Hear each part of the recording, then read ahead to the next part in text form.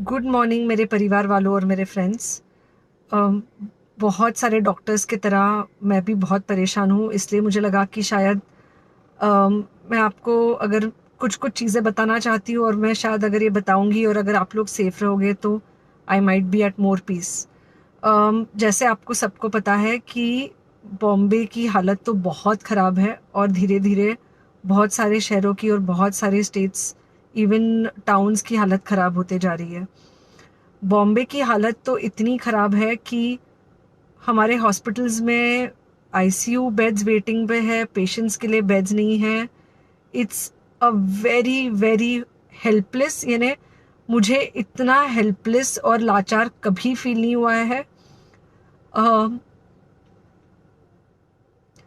We have to literally manage patients at home with oxygen, and this is not something we are enjoying. So I really want all of you to follow a few things that I really am requesting you to follow. First, आप लोग please safe रहो। अगर आपको लग रहा है कि आपको 1 साल से कोरोना नहीं हुआ है इसलिए आप कोई सुपर हीरो हो या आपकी इम्यूनिटी बहुत अच्छी है और आपको ऐसे कुछ नहीं होगा, तो आप गलत फहमी में हो। हम यंग लोगों को देख रहे हैं। I mean we have a 35-year-old who's on the ventilator and we are not able to help people now. So we do not want, we really don't want any of you to be in that situation. So sorry, I think ये जो emotional breakdown है हम doctors में अब सबको कोई ना कोई समय हो रहा है, because we not been so helpless. Okay, so most importantly please take care of your self right now. Covid is everywhere around you. Okay, तो अगर आप घर से बाहर निकलो, may be your meeting your friends, may be your meeting your family, it does not matter, you have to be masked. Okay, just because आपको अभी 1 साल से कोरोना नहीं हुआ है या आपको पिछले साल कोरोना होकर जा चुका है, इसका मतलब ये नहीं है कि आपको वापस कोरोना नहीं हो सकता। You can still get COVID. तो please keep yourself very well masked at all times. अगर आप घर से बाहर निकल रहे हो तो घर के बाहर निकलो, मास्क होना चाहिए। मास्क सिर्फ इधर नहीं, मास्क पूरा नाक से पूरा यहाँ तक होना चाहिए। दूसरी बात, अगर आपको कुछ होता है, अगर आपको बुखार आता है या कुछ होता है, पैनिक मत होइए।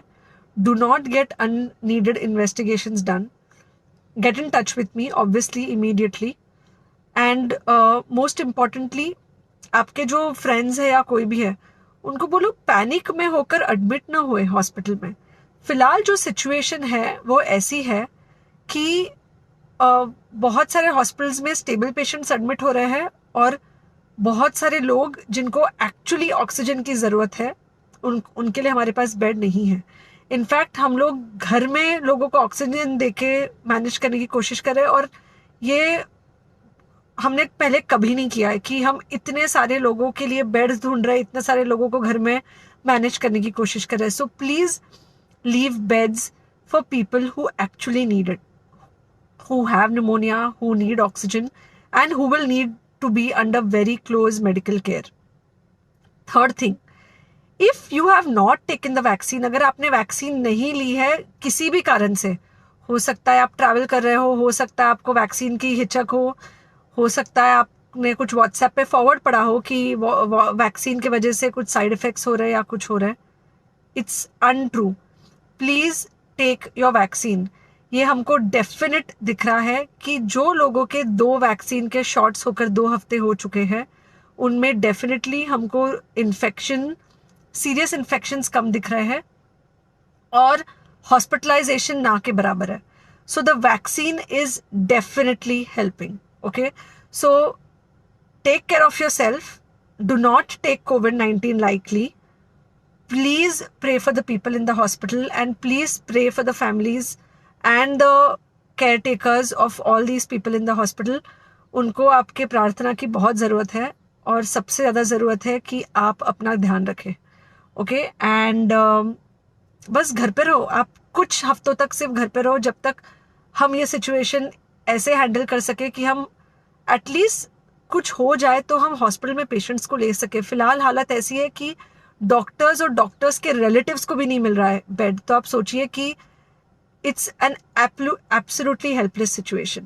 Okay, I think अगर हम सब इतना ध्यान रखेंगे, we will definitely come through this second wave very well.